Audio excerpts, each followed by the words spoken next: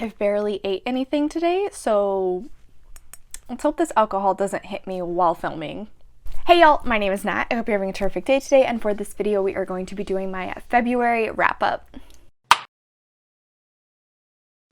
Before we get into anything bookish, however, make sure to hit like and subscribe down below, as well as tell me in the comments what was the worst book you read in February. I want your rants. I want the negative details. Let's talk about it in the comments down below. Shockingly, I'm going to say about the shortest month of the year that it somehow felt like it took forever. Looking back at the books I read this month, I can't believe how many of them actually happened in February because it feels like it's been a lifetime since I read them.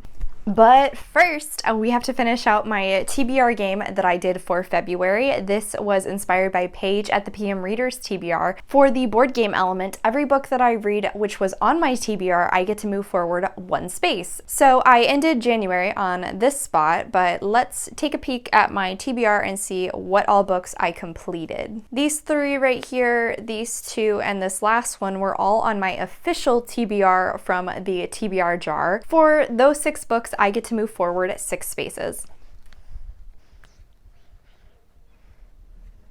However, also in Paige's game, for every 2 books she reads which weren't on her TBR, she also gets to move forward 1 space. So that is 1, 2, 3, and then the 1 DNF also counts as 4 because I did attempt to read it but ended up DNFing it. That means I read 4 books which weren't on my TBR and I get to move forward 2 spaces. Woo! I finished out the board for this TBR game, and that means I get to have a book haul. Before we hop into all of my reviews, let's first look at my stats. This month I read 9 books, and across those I read 2,506 pages. That includes converting audiobooks to pages, but in terms of audiobooks, I read 25.23 hours across 3 audiobooks. My average rating this month was 3.83, so not quite as high as January, unfortunately, and I did have 1 DNF. In terms of my genre breakdown, I read 2 fantasies, 1 graphic novel, 1 nonfiction, 2 romance, 1 mystery, and 2 contemporaries. This right here is all of the physical books I have that I read this month, which is awesome. I can't believe I filled in like an entire shelf with books I read this month. It feels so great. One more thing before we get into all of my official reviews, I did read 2 books this month for one video which already came out. That was my Enemies to Lovers 5x5, and I'll put a link to that in the cards over here. Those books were Meet Cute Club by Jack Carbon, as well as The Trouble with Hating You by Sajani Patel. I'm not going to review those here, but there are timestamps in that video over there where you can see a full review on both of them. I also read 3 books for a different video which will be coming out here soon, and those included Grown by Tiffany D. Jackson,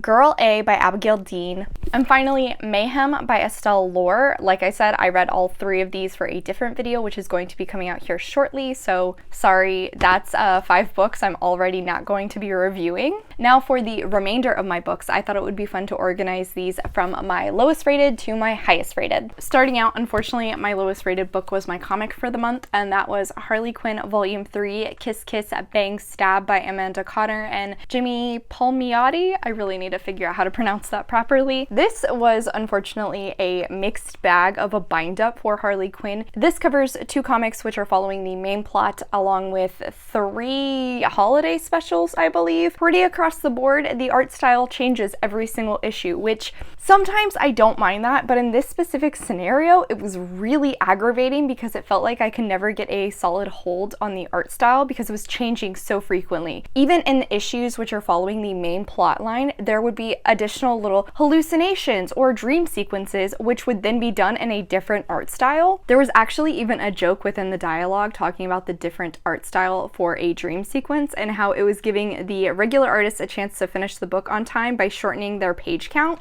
Which, okay, yes, that's funny in the moment, but in terms of a reading experience, it really took away for me. On top of that, what with this having only 2 issues following the main storyline and the rest being just holiday specials, this also just felt incredibly disjointed. I love the main plotline of Harley trying to get her life together. She's sort of kind of becoming an anti-hero, but she always messes up at the same time. That line entertaining, so much fun. The last issue in particular actually has me very intrigued to continue the series, but I'm very hesitant to pick up the next bind-up. I don't want to have these same issues with another one, and I mean, these bind-ups aren't particularly cheap. All in all, unfortunately, this one just felt very all over the place in comparison to the first two volumes. I really love the characterization of Harley in this style. She is very similar to the Harley Quinn we get in the TV show, which is so much fun, and I really enjoy that, but I just think this combination of artists aren't for me. I had such a hard time staying invested. It was also very difficult to stay within the story whenever we would change art styles or shift away from the main plot because I would just be taken out of the book. So this one I went with 3 stars because the 2 issues following the main plot I was very invested in. Everything else, not so much.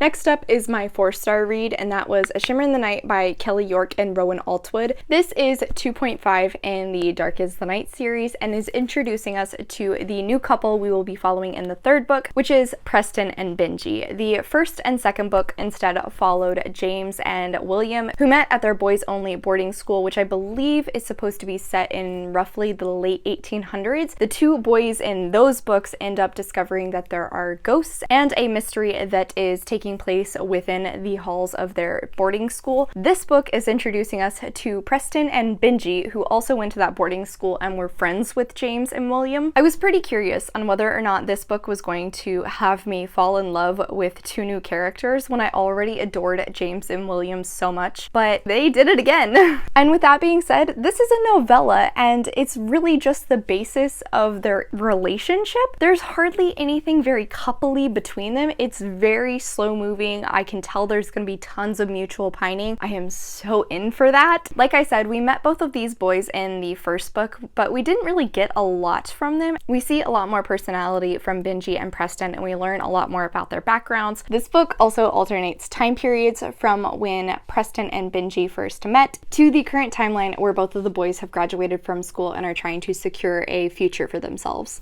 I really appreciate that this one only stuck with the one perspective since we were bouncing back and forth between the timelines. Even with that, I think we still managed to get to know Preston very well, even though we were mostly seeing him through Benji's eyes. As I mentioned earlier, I can tell there's going to be so much mutual pining in the 3rd book. The connection between these 2 is so strong. They have a wonderful friendship. They have a very strong reliance on one another at the same time. Given the time period and both of their fears of rejection, oh my god, it's going to be so slow moving, but I'm so here. I'm invested. I am here for the ride. In the end, Benji is not going to let that distance keep them apart, and that has me so excited for the 3rd book. Unfortunately for me, I have no idea where to get my hands on it because this is the one book in the series my library doesn't have. So sad about it. In the end, I went with 4 stars on this one. Since it is a novella, I didn't feel like I could give it any higher of a rating because there isn't really a lot there apart from character development, but I loved what was there. It has me so hungry for the next installment. After that one is my 4.5 star book, and that is The 7.5 Deaths of Evelyn Hardcastle by Stuart Turton. I read this in my weekly reading vlog. I think it also just came to me at the absolute perfect time because I've really been in the mood for a classic mystery. My parents and I had been looking for Agatha Christie movies to watch, and then I started reading this and it just fulfilled all of those cravings. This takes place in a single setting. We have a limited list of suspects, and yet it is made all the more entertaining with the time loop element. This book is following our investigator who's trying to figure out who is killing Evelyn Hardcastle. However, unfortunately for him, every time the day ends, he ends up waking up in another person's body and has to reinvestigate the crime from this person's perspective. It's basically Clue meets Groundhog Day, and that was just perfect for me. I loved that idea. Honestly,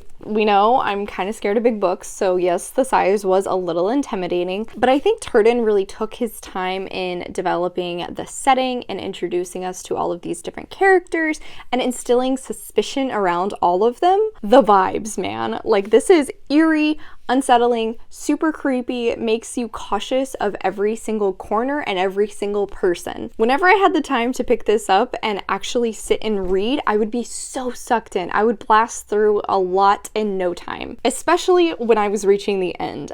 That twist, I never really felt like I knew for sure who did it. Even though in his other book, The Devil in the Dark Water, I eventually was suspicious of the ending culprit, I never really had that in this. There was no person I was 100% behind would guess, yes, they are the killer. I think they did it because XYZ. One thing I will say is there isn't a single character I liked in the entirety of this book, excluding our investigator, although there were times when I was a little frustrated with him, and Evelyn Hardcastle. All of the guests are terrible in some way or another, but they are all so distinct and different from each other, which really helped to keep all of them straight, given that there is a pretty large number of characters in this book. This was incredibly complex, and even though it did take me a little while to get through, I had such a great time reading it. I cannot wait for this to get turned into a movie. Specifically, actually, I think it would be amazing as a limited series. Like I said, 4.5 stars, an awesome mystery. Obviously, this last little section is going to be my 5 stars. First, I'm going to go with the 5-star that was a reread, so